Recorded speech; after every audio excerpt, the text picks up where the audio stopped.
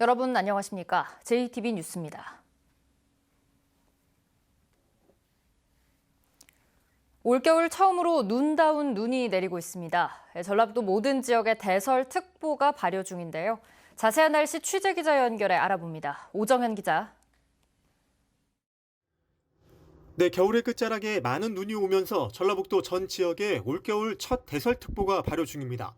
특히 임실과 진안에 대설경보가 내려진 가운데 많은 눈이 내렸습니다. 지금까지 진안에 25.9cm, 임실 18.6, 전주 10.3, 장수엔 8.9cm 눈이 쌓였습니다.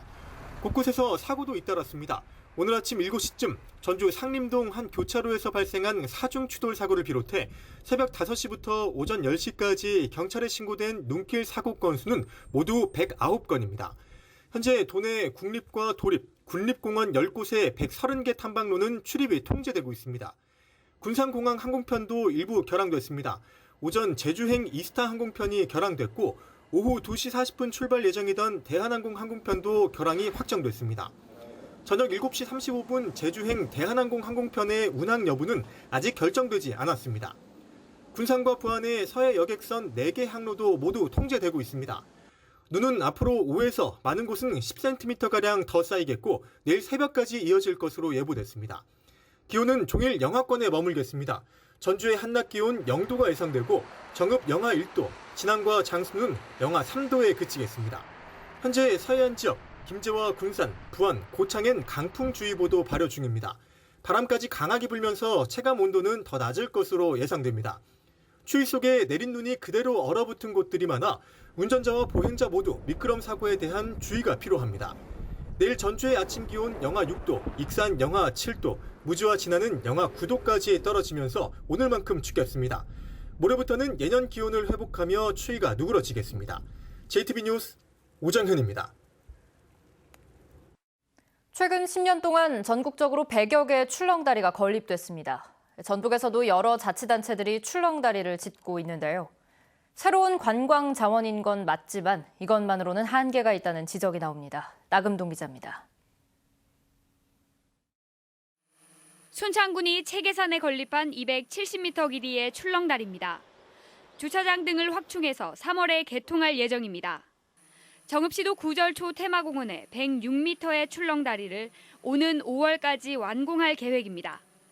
구절초가 필 때만 관광객이 집중되는 테마공원에 관광객 유입 효과를 기대하고 있습니다. 이 출렁다리가 완공되면 가을철로 한정된 관광지가 사계절 찾아오는 관광지화 될 것으로 기대하고 있습니다.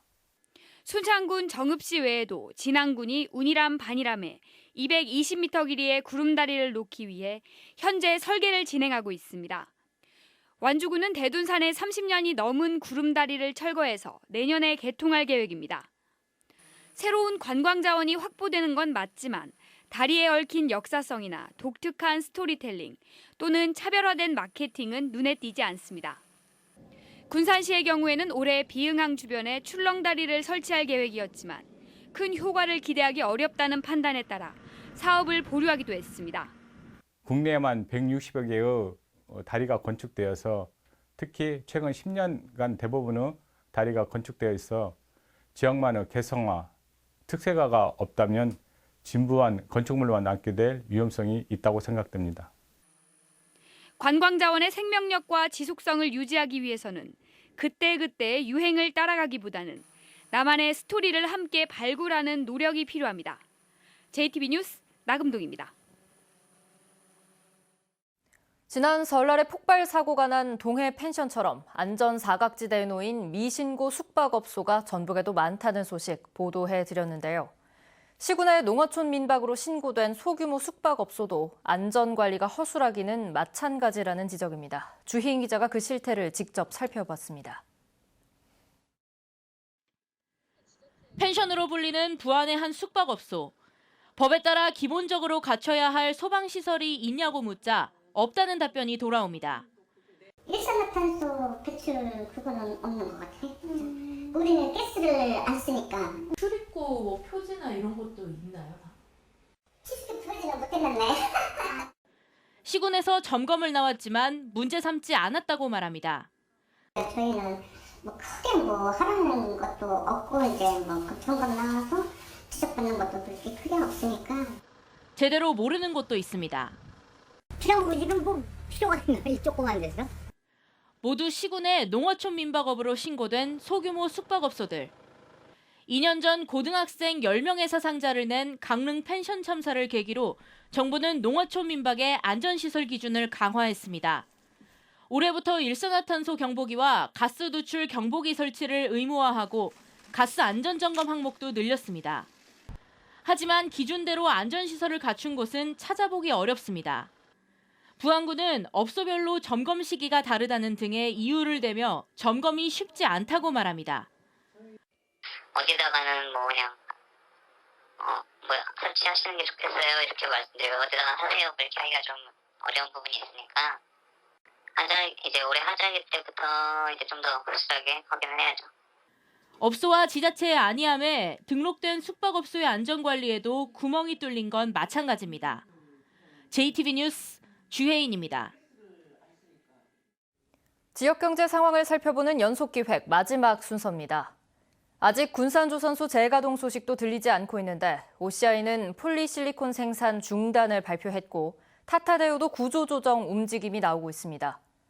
신종 코로나라는 변수까지 겹치면서 지역경제 회생 전망은 더욱 어두워졌습니다. 김진형 기자입니다. 협력업체들의 마지막 희망인 군산조선소의 재가동은 강감무소식인 상황. 대우조선소와 현대중공업이 완전 합병이 돼야만 그 이후로 군산조선소 가동 플랜이 짜지기 때문에 올해는 현실적으로 거의 불가능한 얘기입니다.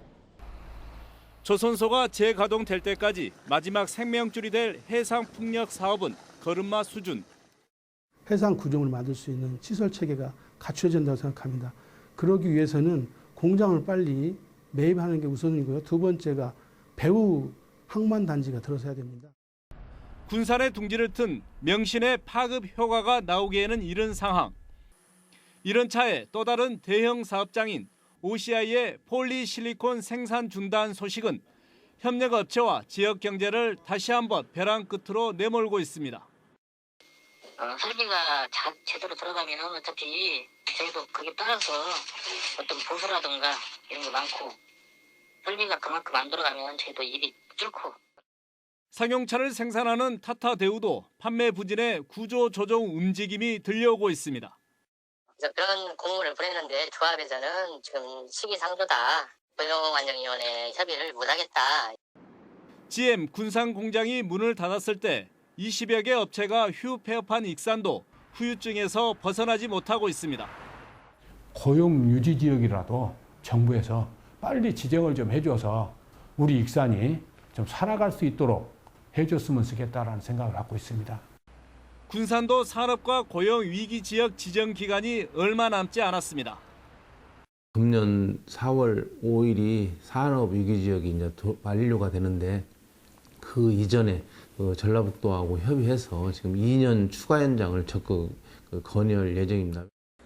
갓길 바쁜 지역 경제가 회생 조짐을 보이기는커녕 거듭되는 악재, 시름이 더욱 깊어지고 있습니다. JTB 뉴스 김진영입니다. 전북을 대표하는 쌀 품종은 신동진인데요. 최근 개발된 새 품종 심리향이 또 다른 대표 품종으로 집중 육성됩니다. 남원 시민은 자전거를 타고 가다 다치면 보험 혜택을 받게 됩니다. 하원호 기자입니다. 전라북도 농업기술원이 10년간의 연구 끝에 개발한 새 품종 심리향입니다. 밥을 지을 때 구수한 향이 나고 밥맛이 부드럽고 찰기가 좋다는 평가를 받고 있습니다. 농업기술원은 신동진과 함께 심리향을 전북의 대표 쌀 품종으로 육성하기로 하고 농가 보급을 늘리기로 했습니다. 남원시가 시민 전체를 대상으로 자전거 보험에 가입했습니다. 이에 따라 남원 시민이면 자전거 사고가 발생했을 때 별도의 가입 절차 없이 보험 혜택을 받을 수 있게 됐습니다. 시민 건강 증진을 위해 자전거 이용을 활성화하여 실질적인 혜택이 돌아갈 수 있도록 하겠습니다. 완주군 자활기업 해와 달이 삼내 문화예술촌 인근에 카페를 열었습니다. 완주군에는 5개의 자활기업이 있으며 기초생활 수급자와 차상위 계층 등 70여 명에게 다양한 일자리를 제공하고 있습니다. 공동체 중심의 사회적 가치를 실현하는 자활기업인 해와달이 나눔과 연대의 가치를 실현하는 기업이 되길 희망합니다. 장수군이 오늘 26일까지 제18기 장수군 농업인대학에 참여할 교육생을 모집합니다. 모집 분야는 고품질 사과와 양봉, 식용 곤충 등 3개 과정이며 모집 인원은 각각 40명씩 모두 120명입니다. JTB 뉴스 하원호입니다. 코로나19 확진자 발생으로 2주간 휴업했던 군산 유치원과 초중고등학교가 오늘부터 학사 일정을 정상화했습니다. 군산의 유치원과 초중고 78곳은 학교마다 오는 26일까지 남은 학사 일정을 마무리하는데 초등학교 2곳은 수업 일수를 7일 줄였습니다. 유초중고와 함께 어린이집과 지역 아동센터 250곳도 오늘부터 정상 운영에 들어갔습니다. 입주기업과 근로자들을 위한 문화시설이 없는 국가식품 클러스터의 복합문화센터가 추진됩니다. 익산시는 42억 원을 들여 게스트하우스와 식당, 카페, 전시장 등을 갖춘 복합문화센터를 2022년까지 짓기로 했습니다. 2017년에 조선공사가 끝난 국가식품 클러스터에는 90여 개 식품 관련 기업들이 입주했거나 입주 예정이지만 편의시설 부족으로 불편을 겪고 있습니다. 지난해 도민 10명 가운데 7명이 한 차례 이상 영화나 문화 공연을 관람한 것으로 드러났습니다. 문화체육관광부가 지난해 도민 475명을 대상으로 한 조사에서 전북 도민들의 문화예술 행사 관람률은 74.2%로 전년보다 8.6%포인트 늘었고 관람 횟수는 4.5회에서 5.9회로 1.4회 늘었습니다. 하지만 이는 전국 평균보다 관람률은 7.6%포인트, 관람 횟수는 0.4회 낮은 것이어서 문화 격차를 해소하기 위한 지원 프로그램 마련이 필요하다는 지적이 나옵니다. 전북교육청이 새학기를 앞두고 기숙사 입사생 모집의 공공성을 강화하기로 했습니다. 전북교육청은 기숙사 입사생을 성적 순으로 선발하지 말고 통학거리가 멀거나 사회적 배려 계층의 학생에게 우선권을 줘 전주와 군산, 익산의 일반고는 20% 이상, 그 밖의 고등학교는 30% 이상을 뽑도록 했습니다. 도내에 기숙사가 있는 학교는 106곳입니다. 전주시가 올해 노후 경유차 3천여 대의 폐차를 지원합니다. 지원 대상은 배출가스 5등급 경유 자동차와 2005년 12월 이전에 제작된 덤프트럭과 콘크리트 믹서트럭 등입니다. 지원금은 3.5톤 미만 경유차를 기준으로 최대 300만 원입니다. 지원을 희망하는 시민은 각 주민센터를 방문해 신청하면 되고 폐차 지원은 연식이 오래된 차량 순으로 진행됩니다.